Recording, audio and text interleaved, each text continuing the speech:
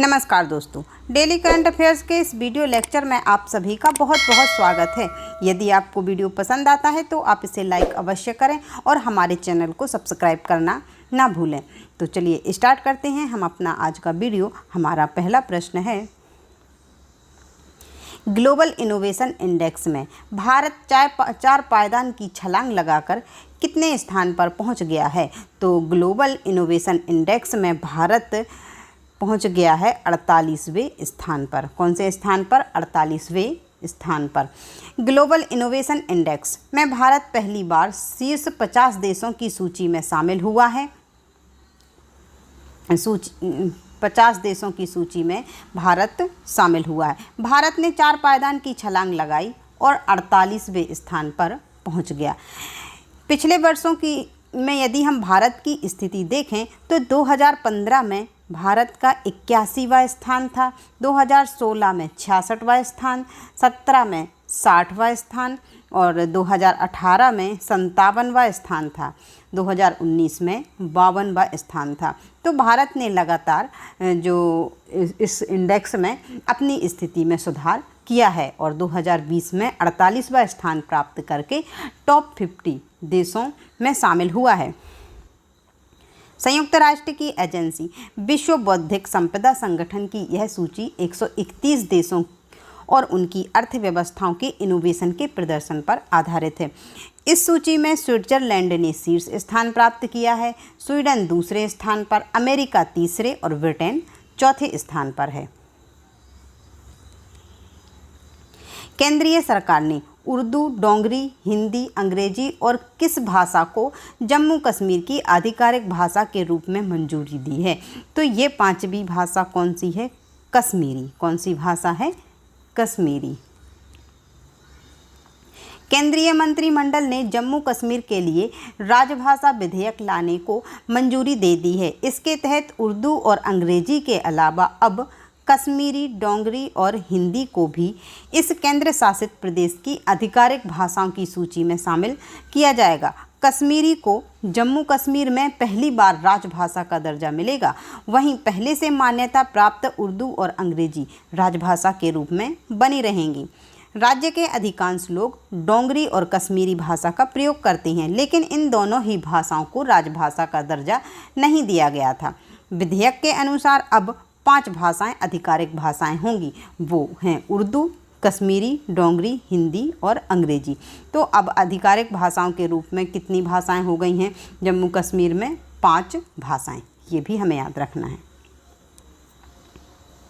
निम्न में से किस देश ने विश्व का सबसे बड़ा सोलर ट्री विकसित किया है? वह देश कौन सा है? वह देश है भारत। कौन सा देश है? भारत।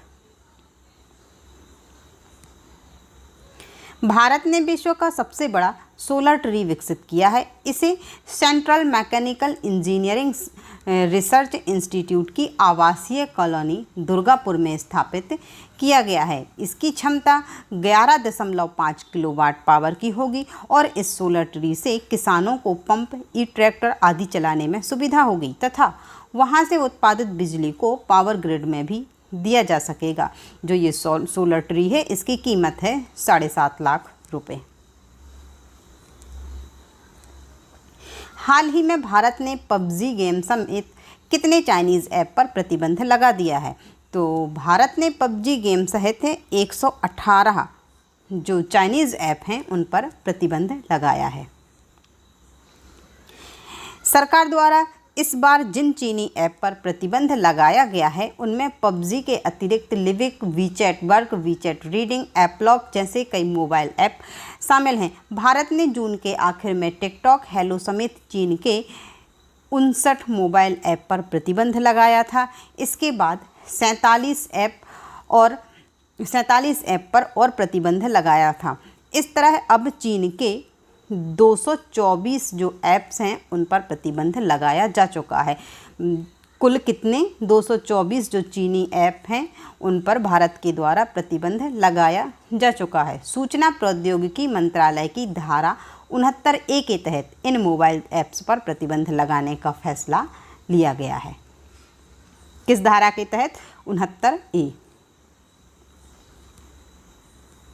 उत्तर प्रदेश में अयोध्या में प्रस्तावित राम मंदिर के मानचित्र को सर्वसम्मति से अयोध्या विकास प्राधिकरण द्वारा अनुमोदित किया गया है। राम मंदिर का मानचित्र कितने वर्ग मीटर का है? तो जो राम मंदिर का मानचित्र है वो है 13,000 वर्ग मीटर का। कितना? 13,000 वर्ग मीटर। उत्तर प्रदेश में अयोध्या में प्रस्तावित राम मंदिर के मानचित्र को सर्वसम्मति से अयोध्या विकास प्राधिकरण द्वारा अनुमोदित किया गया है। जो मंदिर का परिसर है वो 2,74,110, कितना? 2,74,110 वर्ग मीटर का, और राम मंदिर का 13,000 वर्ग मीटर का मानचित्र 2 सितंबर 2020 को पारित किया गया। गैरी स्टेट को अगले 3 वर्षों के लिए किस देश की क्रिकेट टीम के मुख्य कोच के रूप में नियुक्त किया गया? तो जो गैरी स्टेट हैं इनको न्यूजीलैंड, जो न्यूजीलैंड क्रिकेट टीम है उनके मुख्य कोच के रूप में नियुक्त किया गया है। गैरी स्टेट को अगले 3 वर्षों के लिए न्यूजीलैंड की पुरुष क्रिकेट टीम के मुख्य कोच के रूप में पुनः नियुक्त किया गया है। माइक हैसन के इस्तीफे के बाद गैरी स्टेट को शुरू में 2018 में टीम का कोच नियुक्त किया गया था।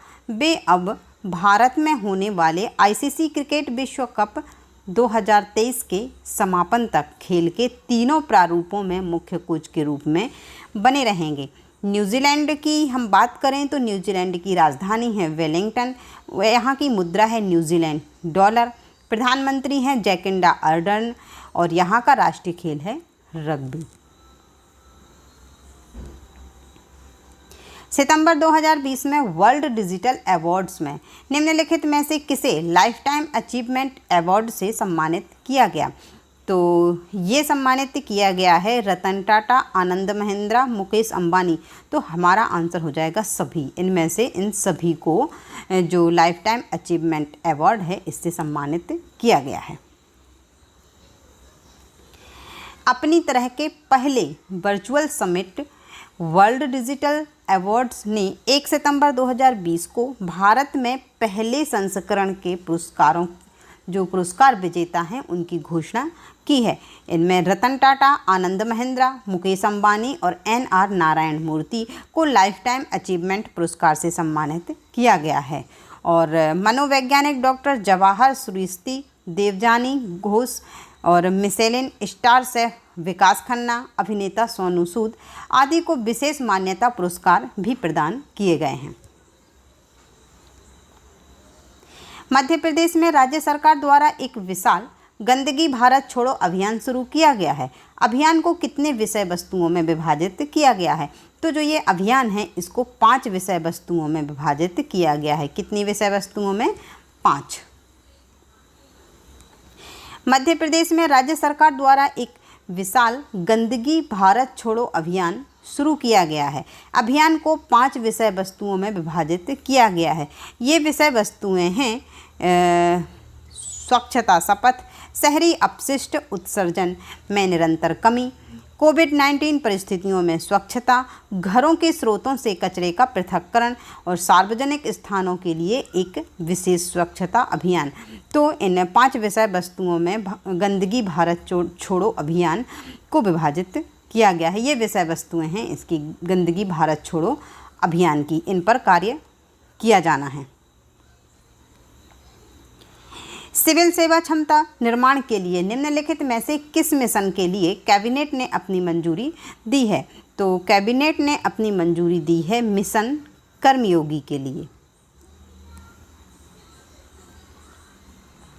कैबिनेट ने मिशन कर्मयोगी सिविल सेवा क्षमता निर्माण कार्यक्रम को अपनी मंजूरी दे दी है। यह योजना सिविल सेवकों के लिए क्षमता निर्माण की नींव रखेगी ताकि दुनिया भर की सर्वोत्तम प्रथाओं से सीखने के साथ साथ वे भारतीय संस्कृति से जुड़े रहें। इसका उद्देश्य भविष्य के लिए सिविल सेवक हैं उनको और अधिक रचनात्मक अभिनव बनाकर तैयार करना है। किसका? मिशन कर्मयोगी का।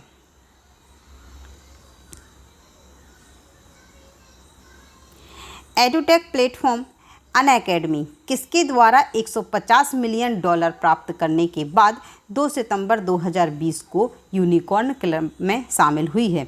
तो ये है जो सॉफ्ट बैंक के द्वारा 150 मिलियन अरब डॉलर प्राप्त करने के बाद जो अनअकैडमी है वो यूनिकॉर्न क्लब में शामिल हो गई है। हाँ, एडुटेक प्लेटफॉर्म अनअकैडमी जापान के सॉफ्ट बैंक द्वारा 150 जो मिलियन डॉलर है इतना धन प्राप्त करने के बाद 2 सितंबर 2020 को यूनिकॉर्न क्लब में शामिल हो गई है। आज का वीडियो करते हैं हम यहीं पर समाप्त और मिलते हैं अपने कल के वीडियो में। यदि आपको वीडियो पसंद आता है तो आप इसे लाइक अवश्य करें और हमारे चैनल को सब्सक्राइब करना ना भूलें। वीडियो देखने के लिए आपका बहुत बहुत धन्यवाद।